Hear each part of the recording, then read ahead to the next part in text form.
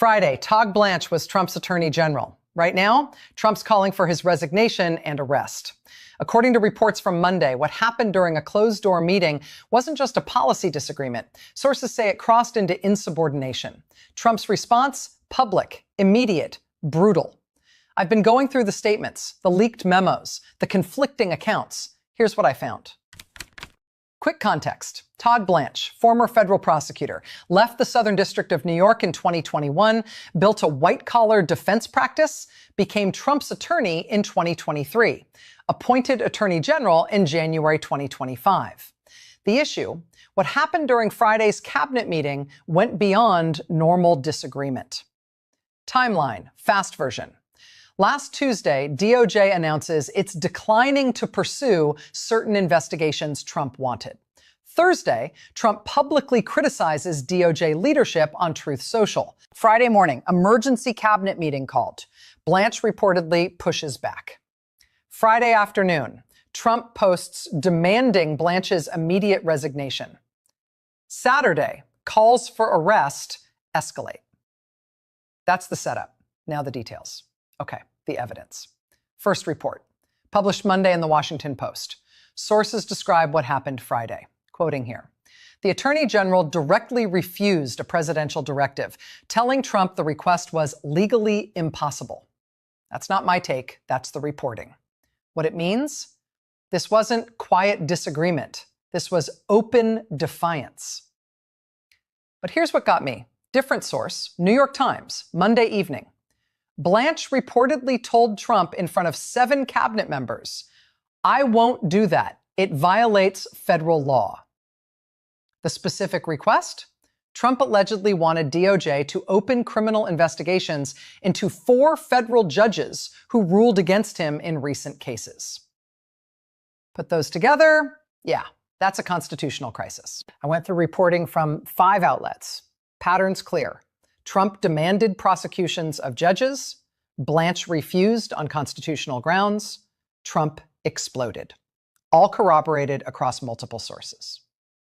Now, what nobody's covering. The timeline of Trump's posts Friday afternoon. 4:23 p.m., first post calling Blanche a disaster. 4:31 p.m., second post, worst AG appointment ever made. 4:47 p.m., third post, resign now. 5:12 p.m., fourth post, if he won't resign, he should be arrested for dereliction of duty. Read that again. That changes this. A sitting president calling for his own attorney general's arrest. 11 posts total within 3 hours. The word arrest appeared in 4 posts. Treason in 3. Resign immediately in 8. That's not normal presidential criticism. That's scorched earth. Fallout within the administration. 3 DOJ officials publicly defended Blanche by Saturday morning.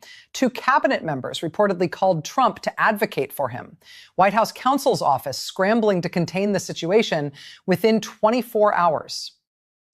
Here's the other piece. Leaked memo from Friday's meeting obtained by Politico.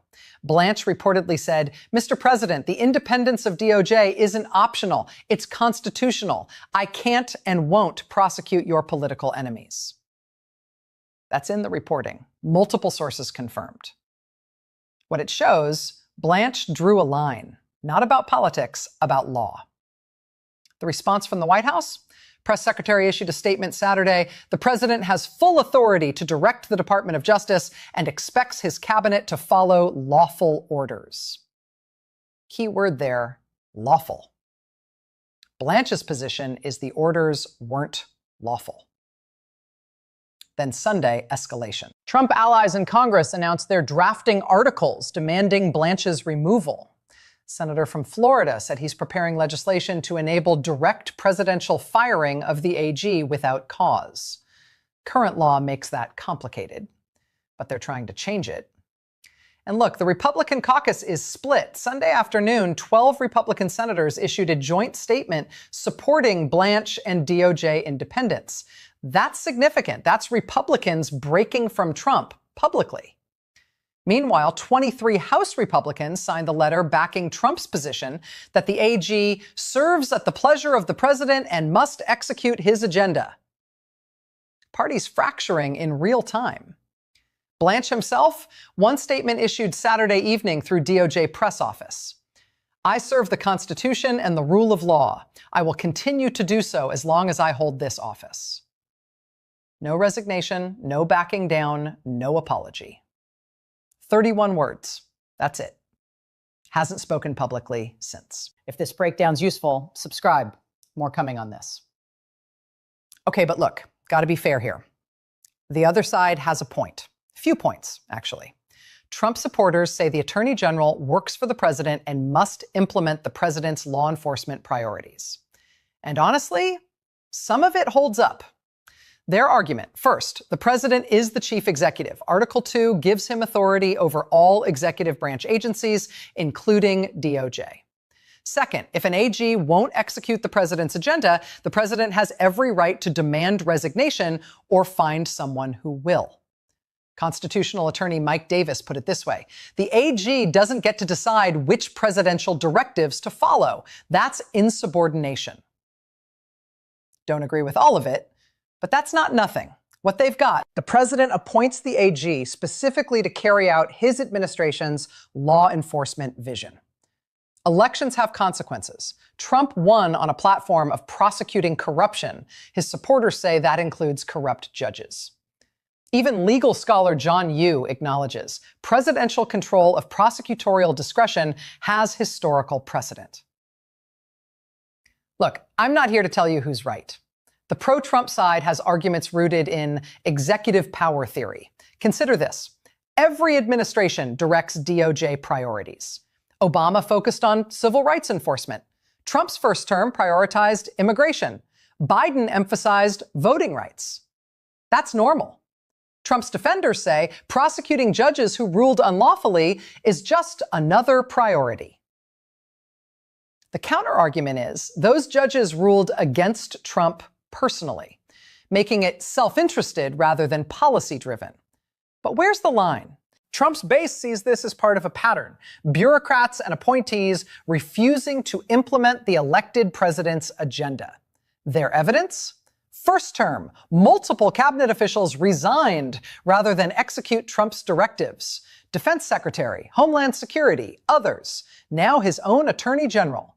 From their view, it's the administrative state blocking the will of voters. And there's another angle. If unelected officials can simply refuse presidential orders they disagree with, does the president actually run the executive branch?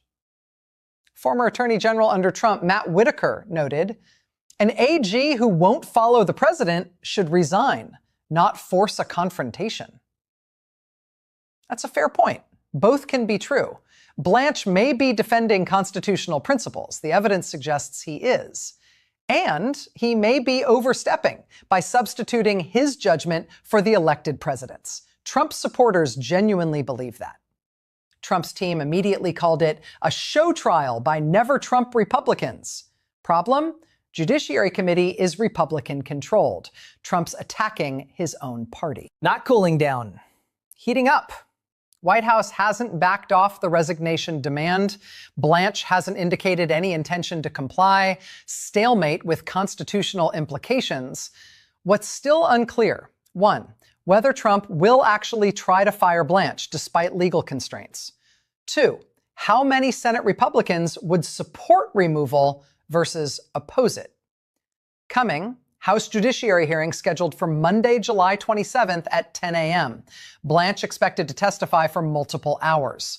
Senate Republicans holding private caucus meeting Wednesday to discuss their position. White House reportedly interviewing potential replacement AGs, though can't appoint without Blanche resigning or being removed. Date to watch, Monday, July 27th. Blanche's public testimony will either rally support or give Trump ammunition to force him out. Also watching, Wednesday, July 22nd, tomorrow. That's when DOJ Inspector General reportedly releasing a statement on whether the IG office will investigate the Friday confrontation.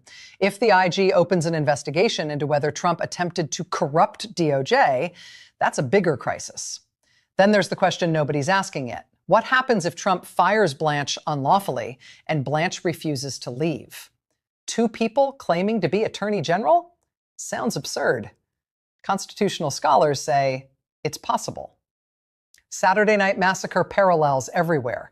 When Nixon fired the AG and deputy AG in 1973 for refusing to fire the special prosecutor, it triggered impeachment proceedings. We could be heading there again.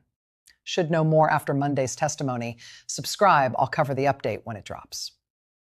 Where we are right now, Blanche still serving as Attorney General, Trump demanding resignation, Republican Party splitting, constitutional crisis unfolding, scheduled Wednesday, July 22nd, DOJ IG expected statement. Monday, July 27th, House Judiciary hearing with Blanche testimony. Wednesday, July 29th, Senate caucus meeting on a G situation. Friday, July 31st. Deadline, some Trump allies set for Blanche to resign voluntarily. Not public yet whether Senate Republicans have vote count for supporting or opposing Blanche's removal. That's happening behind closed doors. Trump's position? Increasingly isolated but defiant. Even allies are saying privately he overstepped, according to multiple reports. But publicly, staying loyal. Blanche's support? Growing among legal community, mixed in political world. DOJ morale reportedly strong, career staff rallying around him. But political appointees? Some quietly updating resumes. The legal community watching this as a defining moment. Because if a former prosecutor who became AG can't stand up to presidential pressure to break the law, the position becomes meaningless. Clock's running. Trump wants Blanche gone now. Blanche isn't leaving. Something breaks soon. That's where we are. Todd Blanche, former prosecutor, Trump's attorney general, now in open defiance of the president who appointed him. Surface read, AG won't prosecute judges, president demands it, constitutional crisis. But this reveals whether DOJ independence is real or just a norm that collapses under pressure. Every administration tests it. This one's breaking it. What I'll be watching? Monday's testimony. If Blanche lays out exactly what Trump demanded under oath on camera, it becomes impossible to spin. Either he's lying and commits perjury, or he's telling the truth and Trump demanded something clearly illegal. No middle ground. Story's not over. Still developing. Subscribe for the full picture, not just headlines. Monday's hearing will be historic. The fallout, even more so. When it happens, I'll break it down. Talk soon.